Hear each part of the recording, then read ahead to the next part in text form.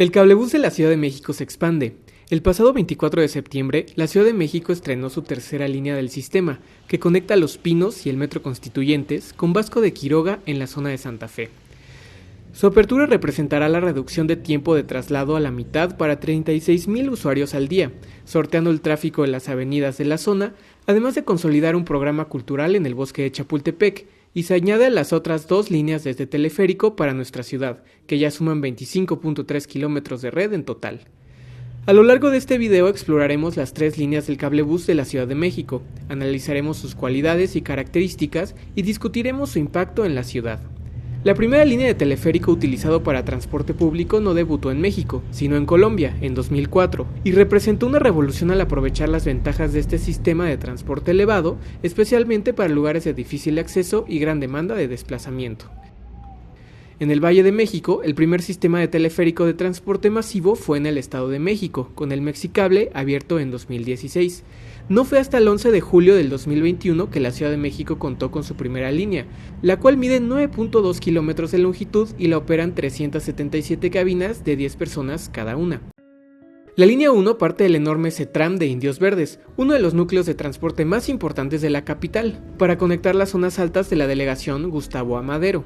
Inmediatamente después de iniciar su recorrido, la línea pasa a un costado de los talleres de Ticomán, uno de los más grandes e importantes para nuestro metro, y la vista permite disfrutar de trenes y vías desde las alturas a los apasionados de este sistema como yo. La línea pasa por la estación del mismo nombre del taller del metro, y después cruza la autopista Naucalpan-Ecatepec, debajo de la cual vemos el enorme Río de los Remedios. Altamente contaminado y parcialmente entubado, este río es fundamental para el sistema de aguas en el Valle de México, desaguando y distribuyendo buena parte del drenaje de la capital a través del sistema de desviación combinada. Aquí, la línea también comienza a surcar las faldas del Cerro El Chiquihuite, que se mantiene imponente a nuestra derecha durante buena parte del recorrido. Tras pasar la Pastora, llegamos a Campus Revolución, que alberga una singularidad que es única para todo el sistema, un ramal de 1,670 metros que sube hasta la estación Tlalpexco, ubicada en lo alto del Chiquihuite. Vemos también que este ramal opera con muchas menos cabinas. La línea 1 tiene una capacidad de 4,000 personas por hora, mientras que el ramal a Tlalpexco solo puede transportar 1,000 por hora. Y tras esta estación, la línea termina en Cuautepec, a las faldas de la hermosa Sierra de Guadalupe. La línea 2, por su parte, fue inaugurada el 8 de agosto del 2021 y con una longitud de 10.6 kilómetros de trayecto, la convierten en la línea de teleférico más larga del mundo, tan larga de hecho que se le otorgó un récord mundial Guinness. Su recorrido inicia en el CETRAM de Constitución de 1917, haciendo correspondencias, notablemente, con la línea 8 del metro y la línea 10 del trolebús elevado. Su construcción permitió la reducción de tiempos de traslado de 1.5 horas a tan solo 36 minutos, y recorre las faldas de la impresionante Sierra de Santa Catarina en la alcaldía Iztapalapa, con 308 cabinas para 10 personas cada una. La primera parada es Quetzalcóatl, seguido de las Torres Buenavista. La línea 2 es tan larga que se debe hacer un cambio de cabina en la estación Jalpa. Tras esta estación, las cabinas alcanzan las faldas del volcán Tetlalmanche, otorgándonos vistas privilegiadas de nuestra ciudad. En esta sección de la línea no es raro que el viento haga oscilar a las cabinas, y aunque no existe riesgo alguno, algunos usuarios manifiestan que sienten temor. En lo personal, yo me mareo bastante. El recorrido continúa y pasamos la estación de Lomas de la Estancia. Al salir de la estación San Miguel Teotongo y al pasar a un costado de la utopía del mismo nombre, nos encontramos, entre otras cosas, un antiquísimo Boeing 737 de primera generación, y de esta forma, la línea concluye su recorrido en el CETRAM de Santa Marta. Y finalmente, llegamos a la esperadísima línea 3, inaugurada hace apenas 4 días al momento de escribir este video, el 24 de septiembre del 2024.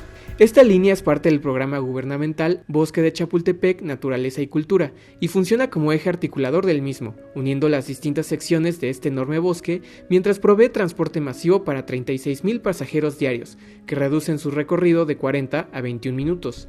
Iniciamos el recorrido de la estación de Los Pinos Constituyentes, cercana a la estación de la línea 7 del metro, con un nombre similar. La nueva línea cuenta con un recorrido de 5.5 kilómetros, 6 estaciones y 71 cabinas para 10 personas. Según la empresa operadora Doppelmayr, la línea tiene una capacidad de 3,000 personas por hora, pero por el momento solo se opera con una frecuencia para trasladar 1,000 personas a la hora, por lo tanto no es raro encontrar grandes filas para abordar las góndolas. En mi caso, debí esperar 30 minutos bajo la lluvia hasta que fue momento de entrar a la cabecera sur de la línea, y con el bosque cultural de los pinos de fondo, al fin fue momento de abordar una reluciente góndola. E inicia la aventura en la nueva línea. Aquí pasamos una de mis secciones del cablebús preferidas, con los múltiples distribuidores viales del segundo piso del periférico a su cruce con Constituyentes, seguido del papalote Museo del Niño, con los pinos y nuestra enorme ciudad como telón de fondo.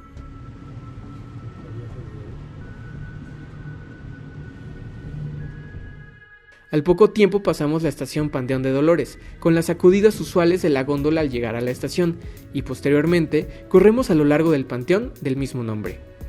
Este panteón civil es el más grande de México, y entre sus sepultados se encuentran personajes de la talla de Diego Rivera, María Izquierdo, el Dr. Atl y uno de mis arquitectos y artistas favoritos, el gran Juan O'Gorman. En este lugar también hubo distintas inconformidades entre autoridades y vecinos, desde la cantidad de árboles que se talaron para realizar el proyecto, el hallazgo de minas de arena y la creación de dados de cimentación en forma de L invertida para las torres del teleférico. Sin embargo, tanto la Secretaría de Obras de la Ciudad de México como la empresa operadora Doppelmayr declaran que las obras son seguras y que están correctamente cimentadas y existe un programa de reforestación. Saliendo de la estación Parkour, Colegio de Arquitectos, cruzamos Constituyentes y además de los centros ecuestres de Sedena, la línea sobrevuela una impresionante barranca donde al fondo se puede apreciar el río Tacubaya. Este cauce, proveniente de las partes más altas de Coajimalpa, regula sus aguas más abajo, en la presa del mismo nombre, por la que ahora cruza el puente del tren interurbano y forma, junto con el río Becerra, el antiguo río de la Piedad, hoy convertido en el viaducto Miguel Alemán. Llegamos a la estación Cineteca Chapultepec, bodega de arte, y por nuestro margen derecho vemos las nuevas instalaciones culturales. Y ya que mencionamos al tren interurbano, aquí cruzamos la construcción de su enorme viaducto, y esta línea de cablebús hará conexión con este tren en nuestra próxima y última estación, Vasco de Quiroga, que al alcanzarla, a los 20 minutos de iniciado nuestro viaje, descendemos habiendo recorrido la nueva línea en su totalidad. Muy bien, estas fueron las líneas de cablebús con las que cuenta nuestra Ciudad de México hasta el momento. Antes de finalizar el video, miremos un par de datos importantes sobre el sistema, iniciando por el costo, que es de 7 pesos, y se puede pagar cómodamente con la tarjeta de movilidad integrada. La gente argumenta que la velocidad de las góndolas es muy lenta. Estas se mueven usualmente a 6 metros por segundo, que son 21.6 km por hora. Aunque esto pueda parecer reducido, hay que recordar que las góndolas unen puntos en línea recta gracias a su capacidad de sobrevolar obstáculos físicos y naturales.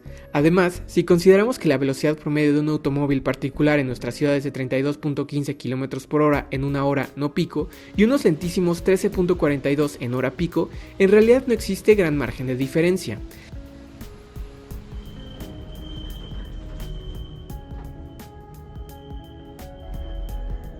Las líneas son operadas por empresas privadas especialistas en la operación de sistemas de teleférico. Las líneas 1 y 3 son operadas por la empresa de origen austríaca Doppelmayr, mientras que la línea 2 es explotada por la empresa italiana Leitner. Las lindas cabinas azul cielo son construidas por la firma suiza CWA, modelo Omega 5, con un interior casi totalmente transparente para maravillarse de la vista, piso antiderrapante y bancas para 5 personas por lado, con un acabado en madera que en mi opinión es muy atractivo. Y bien, este es nuestro sistema de teleférico de la Ciudad de México, una de las ciudades con mayores índices de congestión, y para atenderla, el cablebús se suma a uno más de los teleféricos que salen de su giro turístico convencional y se destinan al servicio de transporte público para millones de personas.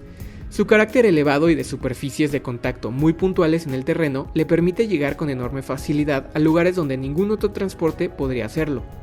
También, por la morfología de nuestra ciudad, muchos lugares de topología accidentada y difícil acceso con transporte terrestre son al mismo tiempo zonas de alto nivel de marginación, por lo que también lo vuelve un importante detonador de inclusión social.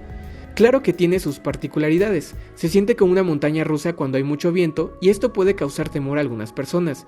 Como mencioné, yo me mareo con facilidad y continuaba un poco mareado mientras escribía este video, horas después de haber descendido del sistema. La capacidad limitada de las cabinas, al no poder cargar usuarios de pie, genera en ocasiones que haya fila para poder viajar.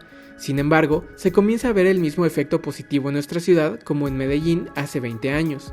En tan solo un año, la citada línea 2 transportó a 22 millones de personas, en un traslado que además se volvió no solo más corto, sino notoriamente más seguro. Y junto a esta góndola de la línea 3 llegando a Los Pinos, este video también ha llegado a su terminal. ¿A ti qué te parece el cablebús? ¿Eres igual que yo y te mareas fácil cuando se mueve con el viento? ¿Cuál es tu experiencia al emplear este sistema? ¿Te maravillan las espléndidas vistas? Cuéntamelo todo en los comentarios.